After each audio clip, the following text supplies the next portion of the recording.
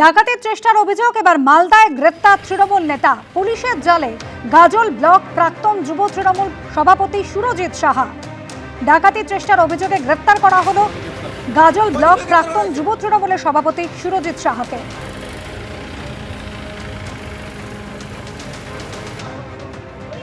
প্রাক্তন যুব তৃণমূল সভাপতি সুরজিৎ সাহাকে গ্রেপ্তার করেছে পুলিশ। বিহার থেকে আগ্নেয়াস্ত্র পাচার, হাবড়া নৈহাটি রোডের কাছে সিআইডির জালে মহিলা অস্ত্র পাচারকারী। দুইটার থেকে 200 রাউন্ড কার্তুজ উদ্ধার হয়েছে। আর অভিযুক্ত পূজা বিশ্বাস বিহার থেকে আগ্নেয়াস্ত্র কিনে রাজ্যে ব্যবসা করছিল, এমনই দাবি পুলিশের। এই চক্রে আর কে কে জড়িত আছে? বাড়ি আপনার বাড়ি কোথায় ম্যাডাম? কেন করছিলেন? কি নাম আপনার? কতদিন ধরে করো? কতদিন ধরে এই কাজ করো? কতদিন ধরে এই কাজ করো? এই চক্রে আর কে কে জড়িত আছে? আমাদের প্রতিনিধি পার্থপ্রতিম ঘোষ রয়েছেন আমাদের সঙ্গে। পার্থপ্রতিম, কিভাবে অস্ত্র পাচার হতো, কিভাবে কাজ করতো এই চক্র? দেখো, সিআইডি একটা বড় সাফল্য। সিআইডি তরফ থেকে যে বিষয়টা বলা হচ্ছে যে গত কয়েকদিন ধরে তারা সোর্স ইনফরমেশন কালেক্ট করতে থাকে যে অস্ত্র কারবারিরা মহিলাদেরকে ব্যবহার করছে অস্ত্র পাচারের ক্ষেত্রে এবং নিয়ে আসার ক্ষেত্রে ভিন রাজ্য থেকে। এবং সেই মতোই কিন্তু উত্তর 24 পরগনার অশোকনগরের বাসিন্দা এক মহিলা, বর্তমানে জানা যাচ্ছে কিছুদিন আগেই ঘর ভাড়া নিয়ে থাকছিলেন, পূজা বিশ্বাস। তাকে যখন সিআইডি স্ক্যানারের মধ্যে আসে এবং যেমনটা জানা যায় এই পূজা বিশ্বাস সে বিহারে গেছিল, বিহার থেকে আজকে কলকাতায় উত্তর 24 পরগনায় ফেরার পরে একটি গাড়িতে করে, যে প্যাসেঞ্জার ছিল অন্যান্য গাড়িতে কমার্শিয়াল ভেহিকেল, তাতে করে তিনি যখন যাচ্ছিলেন তার কাছে একটা ব্যাগ ছিল। সেই ব্যাগ যখন সিআইডি গোয়েন্দারা খুলে দেখতে পায় প্রায় 200 রাউন্ড কার্তুজ এবং একাধিক আগ্নেয়াস্ত্র সেই সবটা কিন্তু নিয়ে আসছিল এবং এক্ষেত্রে বিক্রির উদ্দেশ্যেই এই আগ্নেয়াস্ত্রগুলি নিয়ে আসা হচ্ছিল বলে জানা যাচ্ছে এবং তাকে বর্তমানে গ্রেপ্তার করা হয়েছে এবং জিজ্ঞাসাবাদ করে জানার চেষ্টা করা হচ্ছে আরো কে কে এর সঙ্গে যুক্ত রয়েছে। ধন্যবাদ পার্থপ্রতিম। প্রকাশ্যে ওসিকে হুঁশিয়ারি, দ্বিতীয় নোটিশের পর এবার থানায় হাজিরা দিলেন হুমায়ুন কবির। সকাল 11টা নাগাদ শক্তিপুর থানায় পৌঁছন আম জনতা উন্নয়ন পার্টির বিধায়ক হুমায়ুন কবির। আমাদের প্রতিনিধি রাজীব চৌধুরী এই মুহূর্তে রয়েছেন আমাদের সঙ্গে।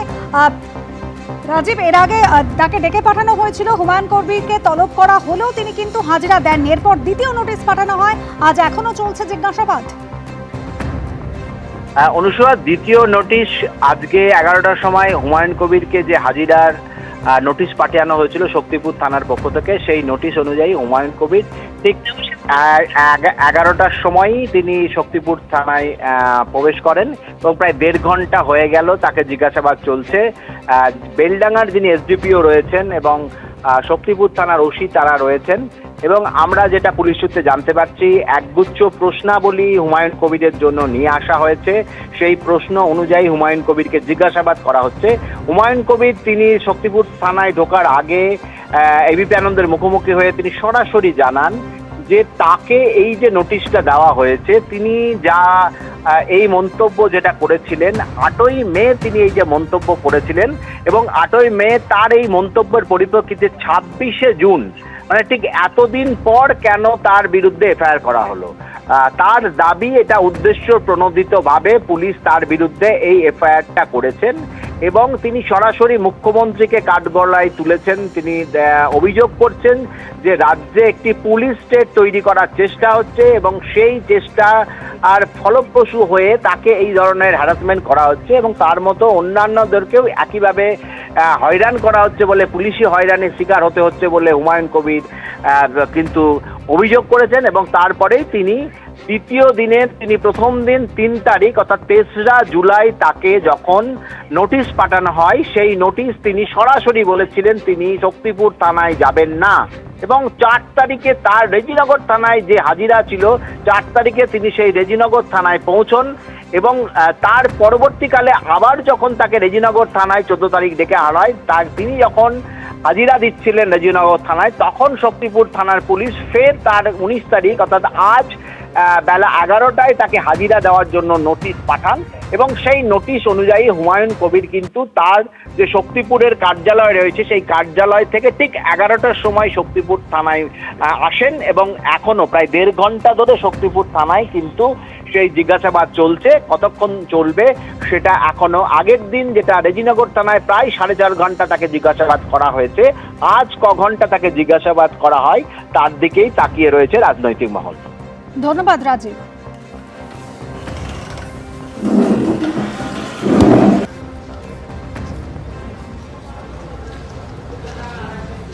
হুমায়ুন কবির, তাকে আজ ডেকে পাঠানো হয়েছে। সকাল 11টা নাগাদ শক্তিপুর থানায় পৌঁছন হুমায়ুন কবির।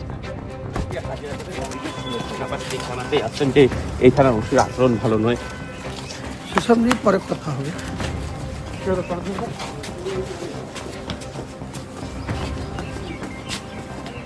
পুলিশ প্রশাসনকে বলবো যে গালাগালিটা কবে দেওয়া হয়েছিল, সেটা হচ্ছে 8ই মে। তাহলে 8ই মে ওপেন প্লেসে মিটিং এ বক্তৃতা করার সময় গালাগালি করা হয়েছিল। পুলিশ সেই দিনই ব্যবস্থা নেবে। তো ব্যবস্থা নেওয়ার জন্য একটা এফআইআর লঞ্চ করার জন্য পুলিশকে হবে কতদিন সময় নিতে হলো? 8ই মে 26শে জুন, 1 মাসেরও বেশি সময় আমার বিরুদ্ধে একটা কেস করা হলো। কারণ কি? যে আমি পুলিশকে কাল দিচ্ছি। এবিপি আনন্দ, এগিয়ে থাকে, এগিয়ে রাখে।